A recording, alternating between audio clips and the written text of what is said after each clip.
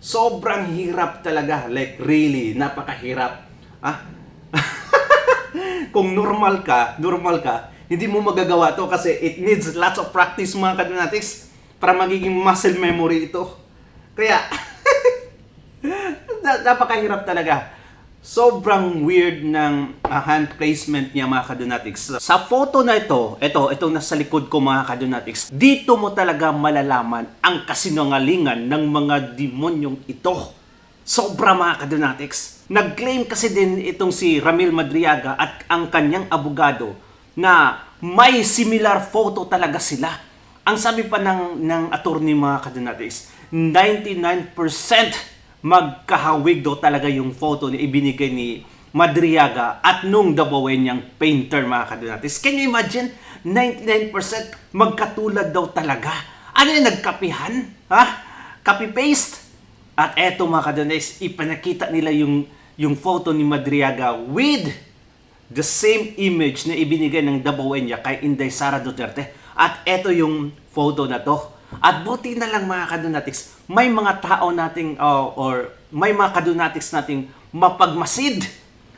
At dito, napansin nila yung hand placement, yung body alignment ni Ramil Madriaga sa photo mga kadonatics. It does not make sense. Hahahay! Patay, malalaman natin yan maya-maya mga kadonatics. Okay? It does not make sense. Bakit? Okay. Eto, si Sasrogando Sasot, may bagong post siya mga kadonatics. At eto, basahin lang natin ng mabilisan yung post niya. It needs a little bit of, understanding mga kadonatics kung ano yung sabi niya dito. Ayan, eto. Dito ko muna boy, sa gilid, okay? Ayan mga kadonatics, basahin natin. Tapos, ipa-generate natin sa AI kung totoo ba talaga. Ha? Eto, okay. Ang sabi kasi ni Sasrogando Sasot dito, sabi niya, we need new laws of physics because of this picture. Kailangan daw natin ng bagong law of physics mga kadonatics. Physics. Kasi this picture or photo does not make sense talaga. Ito ang sabi niya. Okay, first, number one, the shoulder placement of the subject. Okay, red. Itong red na line mga kadonatics. At na indicate pa niya yung kulay dito ha, para malalaman talaga in detail. Okay, ito yung shoulder niya. Ayan ha, di ba? So, supposed to be mga kadonatics, yung paa niya andito. Pero, ang nangyari, doesn't have corresponding humanly possible leg placement. Ayan. Kasi, andito yung paa niya. Andito yung leg niya mga kadonatics. Tapos, i-compare mo yan. Ano yan? Ha? Eto, tapos biglang lumaki. Yan ba talaga? Okay. Dapat dito yan, no? Straight yan, no? Ang layo ng leg niya, mga kadonatics. Yan. Yung leg niya, andito. So, it should be like this. Dapat ang shoulder niya, dito lang yan, mga kadonatics area. Ayan. Biglang lumaki. One wrong. Ay talagang grabe ang napansin ni Sasrogando Sasot dito mga kadonatics. Okay, number 2 mga kadonatics, ito. Digits of right hand, yellow. Alright, yellow. Okay, ito, yellow. Kulay. Weird placements. Ayan, weird placements mga kadonatics. Bakit? Third and fourth digits are halfway folding onto the painting. Okay, halfway. Ito ata yung third and fourth niya mga kadonatics. Dito siguro siya nag-base. 1, 2, 3, and 4. While the first and second digits are folded in the same way. Are not folded in the same way. Okay, 1 and 2. Hindi niya sinama ito. Okay. Not folded in the same way. Totoo naman talaga mga kadonatics. Dapat pareha yan. Di ba? Dapat pareha. Bakit parang bakla yung datingan ni Ramil Madriaga dito? May pag ganon. Okay. Ayan, mga kadonatics, ganyan, napaka-weird niyan. Tapos, eto pa talaga, yung thumb niya, nakalabas. It means, lahat mga kadonatics, ganyan. Mamaya, ipapakita ko sa inyo mga kadonatics, ha? Okay, by holding a frame. Alright. Number 3, green. Okay, left. Ayan. Left hand has missing one finger, the pinky. Right, mga kadonatics, nakita nyo naman ha, 4 lang, di ba? Can you imagine? 4, ganyan. So, okay.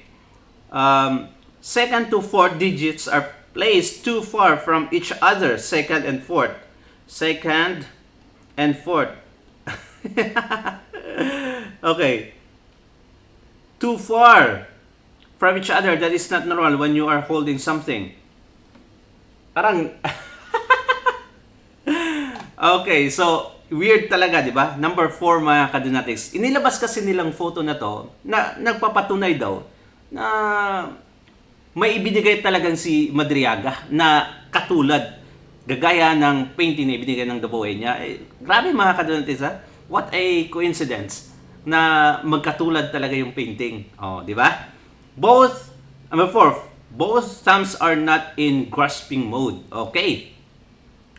Hindi daw parang nag-grabs, mga kadonatics, or grabbing something. Okay? They are usually behind something when you are holding something. Right? When you are holding something, mga kadonatics, normally, yung thumb talaga nasa behind ng image yan, or photo, frames, anything. Like for example, ito. Ayan, mga kadonatics. If you are grabbing something normally, holding something normally, ganyan, no? Diretso yan. Oh, yung both thumbs, mga kadonatics, nasa likod talaga yan. Normally, yan yung muscle memory natin, mga kadonatics. Ganyan. Oh. At 4 na fingers, naka-grasp talaga yan, mga kadonatics, oh. Para hindi mahulog. Gayahin natin yung ginawa ni Ramil Madriaga, mga kadonatics. At trust me, napakahirap. Grab on something there, mga kadonatics. Try nyo at gayahin nyo itong si Ramil Madriaga, mga kadonatics. Trust me, napakahirap. Okay, first, yung right hand niya. Ang right hand niya, nakagrab yung 2 fingers, mga kadonatics. Okay, first. And then, nakalabas yung thumb. Right. Oh, yan. Parang ganun yung dating, oh. Tapos, yung 2, fourth, ayan. Parang, ayan. Ito, nakafold ng halfway. Ayan. Nahihirapan na nga ako, mga kadonatics. Okay, ito hindi. Ayan. Tapos, nakalabas. Sobrang hirap talaga. Okay, yan pala, mga kadonatics, ha? Sino bang bungok na maghawak ng ganito, mga kadonatics, ha? Normally. No way. This is so hard to do. Yan. Tapos, yung left hand niya, mga kadonatics, ito, nakalabas din yung thumb. Okay, halfway holding nag-fold yung first and second, and then ito, lumabas ang isa. Ayan. Nakaganon, ang layo, di ba? Tapos, yung pinky wala. Mga kadonatics, sobrang hirap talaga. Like, really, napakahirap. Kung normal ka, hindi mo magagawa to kasi it needs lots of practice, mga kadonatics, para magiging muscle memory ito. Kaya, napakahirap talaga. Sobrang weird ng hand placement niya, mga kadonatics, sa pag-grab ng photo na ito. Dito pa lang, malalaman mo talaga, mga kadonatics, na grabe kasinungaling itong mga taong to. Yung attorney pa naman, mga kadonatics, nagsabi na meron talaga. At ito nga daw yung photo. Oh, sobrang weird. At ngayon, mga kadonatics, i-try natin i-generate itong photo na to. Ayan, ito kasi yung original, oh. Yan. Ito yung original. Yan. Itong photo na to, mga kadonatics, sa AI generator. Try natin i-ask, mga kadonatics, kung AI generated ba to or it's just a normal or an original photo. Eto. Alright. Para malalaman natin. Okay, I've never done this before. Not yet. Okay. Copy. Ayan. Tingnan natin. Alright. Ito yung photo. Okay. Ano yung prompt natin dito? Based on the hand placement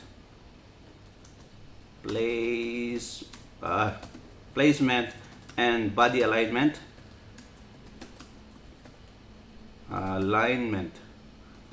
Tama ba itong spelling ng alignment? Okay, alignment. Can you tell if this is an AI generated or an original photo? Okay, based on the hand placement and body alignment, can you tell if this is an AI generated or an original photo? Let's go! Ayan. Try natin. Okay, ano ang masasabi ni Gemini? Alright. Based on the visual evidence, this is most likely an AI generated image rather than an original one or original photo. Mga kadonatics, eto talaga, di ba? The most critical indicators are anatomical errors regarding the hand placement and the overall body alignment. Oh, yan na. Okay, pinatunayan. Impossible arm lengths and anatomy. The hands holding the painting appear to connect to arms that would be unnaturally long or dislocated. The hand on the bottom right, okay, the viewer's right, seems to originate from an area far beyond where the man's natural shoulder and torso are positioned. So mga kadi, ibig sabihin, parang malayo daw talaga yung shoulder niya sa hand placement, mga kadonatics, itong sa right hand. Okay, check natin ulit ang photo. Saan na yun? Ay, ang layo nga talaga, mga kadonatics. Look at this. Oh, di ba? Ganyan ba talaga? Parang napaka-awkward ng placement talaga, mga kadonatics. Ang layo. Ilang inches yan, di ba? Oh, dapat andito lang yung kamay niya, oh. Oh, naka-fold yan. Dapat dito lang yan, oh. Ayan. Okay. That's one. Next. Number 2, inconsistent depth and shadows. The hands are interacting with the edges of the canvas in a way that defies physics. Ayun. Interacting, mga kalyo. Defies physics talaga. Kasi, napakahirap, mga kadonatics, ha?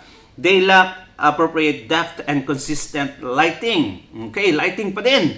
Making them look like stickers placed over the painting. Right. The hand on the left is holding the edge, yet there is no realistic indentation or shadow. Oh, I see. Ayan. Okay. Walang, tama. Ito. Walang indentation of shadow. Right, mga kadonatics? Word placement ba daw talaga? Weird. Grabe. Okay, next. Number 3, mga kadonatics, confusion or foreground and background. Foreground and background confusion. The hand on the far right, okay, far right, near the other person in yellow. Okay. Right. The hand on the far right, okay, right sa atin. Near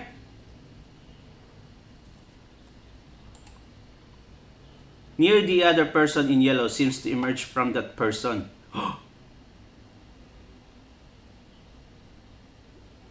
Okay. Sabi niya dito, parang galing daw itong image na to, or itong hand na to, mga kadis, parang galing daw dito sa person in yellow. Ito sa gilid. So weird talaga, di ba? Kung i-consider mo yung physics, okay? Alright. Kasi ang sabi niya dito is,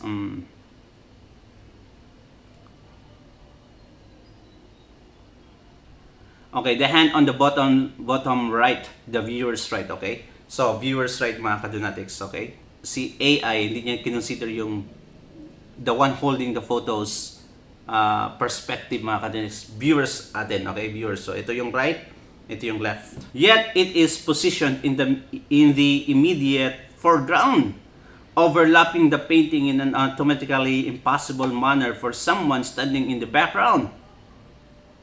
Okay. Yet yung hand na yan mga kadonatics, yung sa right viewer natin, okay, position in the immediate foreground. Immediate nga talaga mga kadonatics. Ha? Nakaposition siya. Ayan, parang ganon. Lahat. Lahat na wala yung pinky. Ha? Immediate foreground. Alright? Then,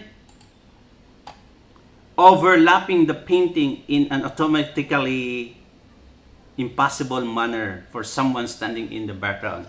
See, napaka-impossible daw mga kadonatics. Anatomically impossible for someone who's behind the painting. Ay talaga mga kadonatics, hindi mo pwedeng ganyan i-grab yung image na yan or anything. Ha? With your right hand. Sobra. So, ang conclusion ni AI? These specific types of errors are classic hallmarks of modern generated AI struggling to understand complex 3D spatial relationships and human anatomy within layered scenes. Oh, dito pa lang malalaman natin mga kadonatics na talagang AI generated. Lahat kasinungalingan talaga yung mga pinaggagawa nila. Sobra mga kadonatics. Dito pa lang malalaman mo na